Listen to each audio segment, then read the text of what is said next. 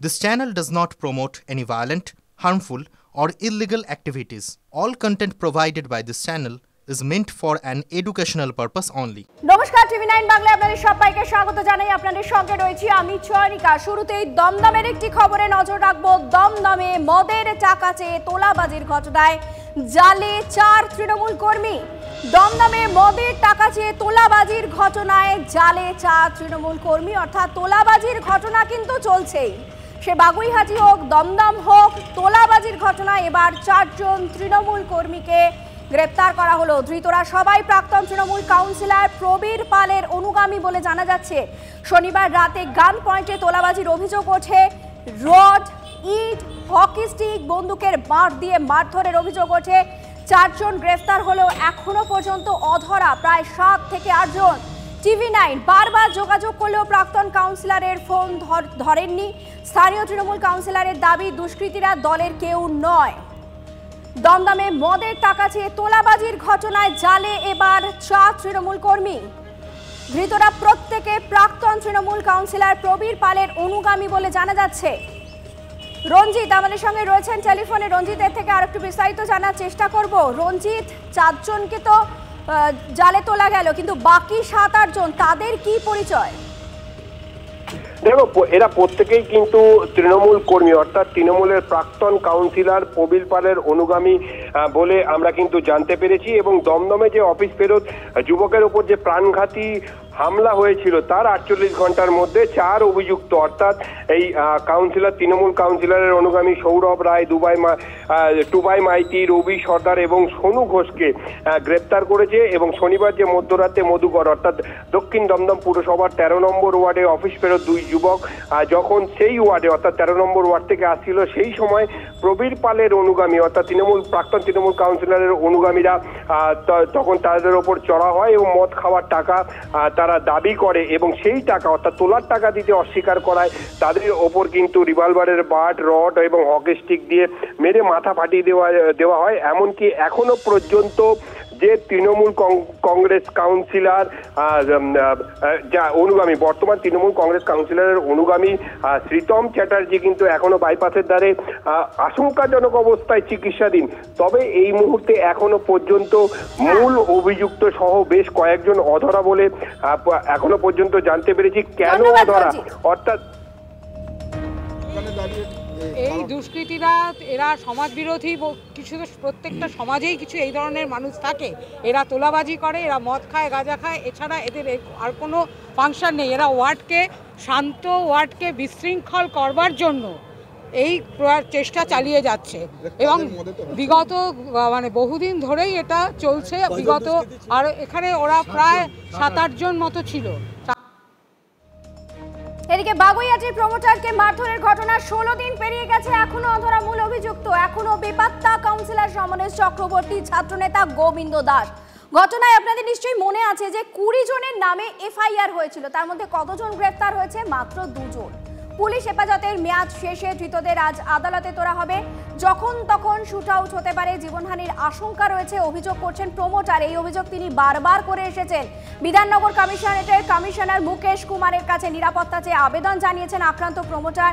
কেন এখনো অধরা মূল অভিযুক্ত? শুধু মূল অভিযুক্ত নয়, 20 জনের মধ্যে মাত্র 2 জন ধরা পড়েছে। বাকিরা কোথায়? পুলিশ কোথায় তদন্ত চালাচ্ছে, কি করছে, যার জন্য এখনো পর্যন্ত বাকিদের ধরা সম্ভব হলো না? এই সমস্ত প্রশ্নও কিন্তু উঠতে শুরু করেছে। এই যে কাউন্সিলর, তোলাবাজ কাউন্সিলর সমরেশ চক্রবর্তী, এ প্রভাবশালী, যার জন্য এখনও তাকে অ্যারেস্ট করা গেল না। প্রভাবশালী যদি মাথায় হাত থাকে, প্রভাবশালী যদি হয়, তাহলে তো অ্যারেস্ট হবেই না, এটা জানা কথাই ছিল। ঠিক আছে, আমি খুব দুঃখিত আর খুব আতঙ্কের ভিতরে রয়েছে আগামী দিনে আমার ভবিষ্যৎটা কী হবে। যখন তখন আমি শুটও হয়ে যেতে পারি।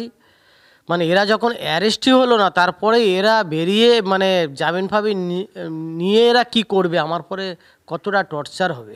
কোনো প্রভাবশালীর চাপও থাকতে পারে, হয়তো পুলিশ ইচ্ছা করেও সেই কাজটা করতে পারছে না, সেটাও হতে পারে। জীবনহানির শঙ্কাই আমি গুচ্ছি।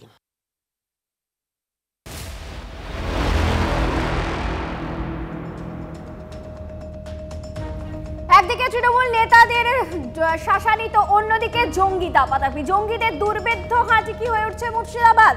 এবার পুলিশের জালে ধৃত জঙ্গি সাদরাজির ভাই সহ 2 এসটিএফ এর হাতে গ্রেফতার সাদরাজির ভাই সাজিবুল ইসলাম। সাজিবুলকে জেরা করে তারই বন্ধু মুস্তাকিমকে গ্রেফতার করা হয়।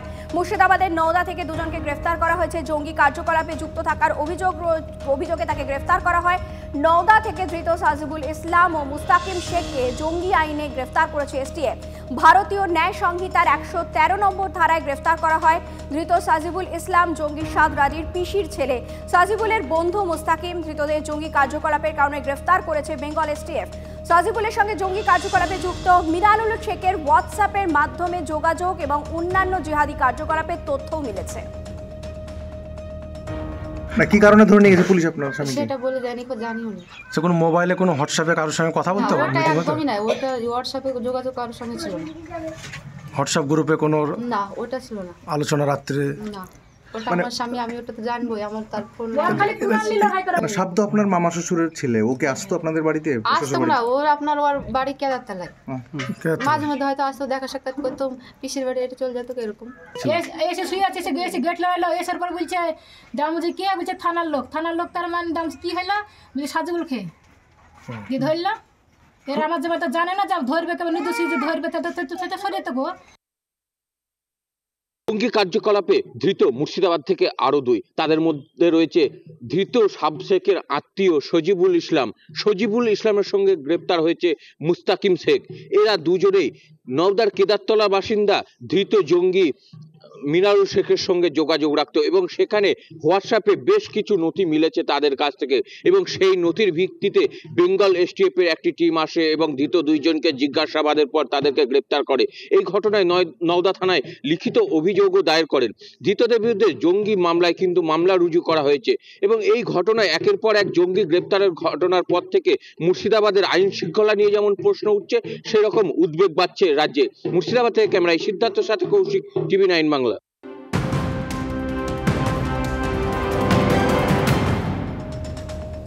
নয়া জঙ্গি সংগঠনের মাথা হিসেবে গোয়েন্দা নজরে মুর্শিদাবাদের বাসিন্দা বছর 60-এর এক ব্যক্তি সিমির হয়ে কাজ করায় 2002 সালে কলকাতা পুলিশ তাকে গ্রেফতার করেছিল, জেলও খেটেছিল।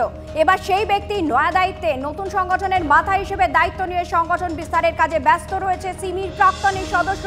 ইন্টারনেট কলের মাধ্যমে সদস্যদের সঙ্গে বৈঠক করছে। খবর গোয়েন্দা সূত্রে তলায় তলায় সংগঠনের জন্য অর্থ জোগাড় করারও কাজ চলছে। মধ্যপ্রাচ্যের একটি দেশ থেকে ফান্ডিং জোগাড় করার চেষ্টায় রয়েছে সিমির ওই প্রাক্তন সদস্য।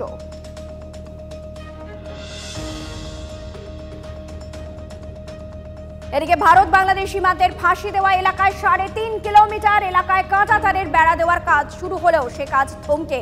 সেই কাজ এবার দ্রুত শেষের দাবি তুলছেন নাগরিকরা। জমি জটিলতায় বিস্তীর্ণ এলাকায় ফেন্সিং হলো, ফাঁসি দেওয়াতে 3.5 কিলোমিটার এলাকায় কোনো ফেন্সিং নেই। বাসিন্দাদের দাবি অরক্ষিত সীমান্তে প্রহরা থাকলেও অনুপ্রবেশের ঝুঁকি রয়েছে, ফলে তারা চান দ্রুত কাজ শেষ হোক।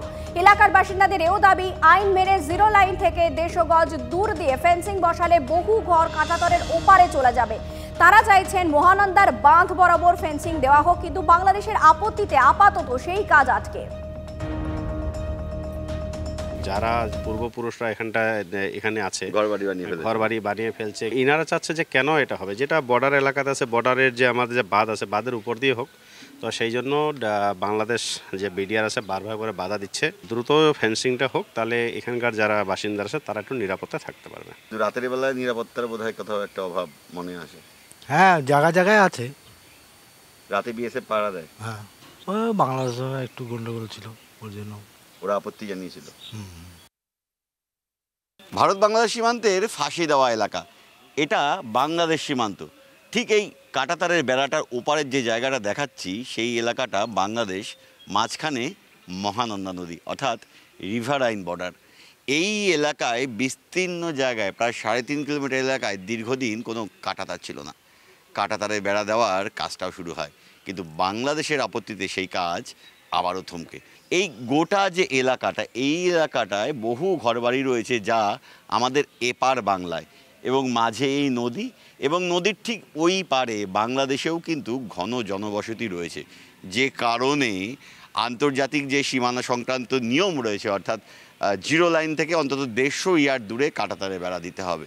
তা যদি করা হয় তাহলে এই বিস্তীর্ণ ফাঁসি দেওয়ার এলাকার এই ঘরবাড়িগুলো কাঁটাতারের বেড়ার ওপারে চলে যাবে, যাতে আপত্তি রয়েছে স্থানীয় বাসিন্দাদের।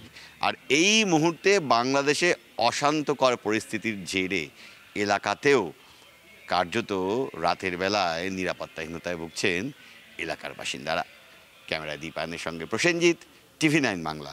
ফাঁসি দেওয়া একদিকে ফাঁসি দেওয়া তো অন্যদিকে মুর্শিদাবাদের বিস্তীর্ণ এলাকা, সীমান্তে নেই কাঁটাতার, বাড়ছে অবৈধ অনুপ্রবেশ, অবাধে ঢুকছে জঙ্গিরা। আতঙ্কে রয়েছেন মুর্শিদাবাদের সীমান্তবর্তী গ্রামের মানুষজন। কাঁটাতারবিহীন সীমান্তে রাতের অন্ধকারে অবাধেই জঙ্গিরা যাতায়াত করছে বলে দাবি। বিএসএফ এর চোখ এড়িয়ে অবাধে অনুপ্রবেশের ঘটনা ঘটছে। দ্রুত কাঁটাতার দিয়ে নিরাপত্তা নিশ্চিত করার দাবি জানাচ্ছেন স্থানীয় বাসিন্দারা। আমাদের বড় তার কাটাতে ঘেরা নাই, ঘেরা অবশ্যই প্রয়োজন। হ্যাঁ, যত তাড়াতাড়ি হয় তার কাঁটাতারে বাড়া দিয়ে বর্ডার ঘেরা হোক। আমি শুনলাম, আজই শুনলাম গতকালকে রাত্রে নাকি 3 জন জঙ্গি উঠে এসেছে এটা দিয়ে। রাত বিরাতে অনেক রকম সমস্যা হতে পারে, হচ্ছেও, আমরা বুঝতে পারছি হচ্ছে। কখন কীভাবে অনুপ্রবেশ করছে বাংলাদেশিরা কিংবা পাকিস্তানি জঙ্গিরা, হ্যাঁ, এই বিষয়ে ভারত সরকারকে অতি সত্বর ব্যবস্থা নেওয়া প্রয়োজন। খালি ফাঁকা, কাঁটাতারে বেড়া নাই, যে কোনো সময় সন্ত্রাসবাদী ঢুকে পড়তে পারে। হ্যাঁ, কাঁটাতারে বেড়া তাড়াতাড়ি হোক, 0 লাইন 150 গজ মাথা দিয়ে। বর্ডারে তো আতঙ্ক আছেই তো।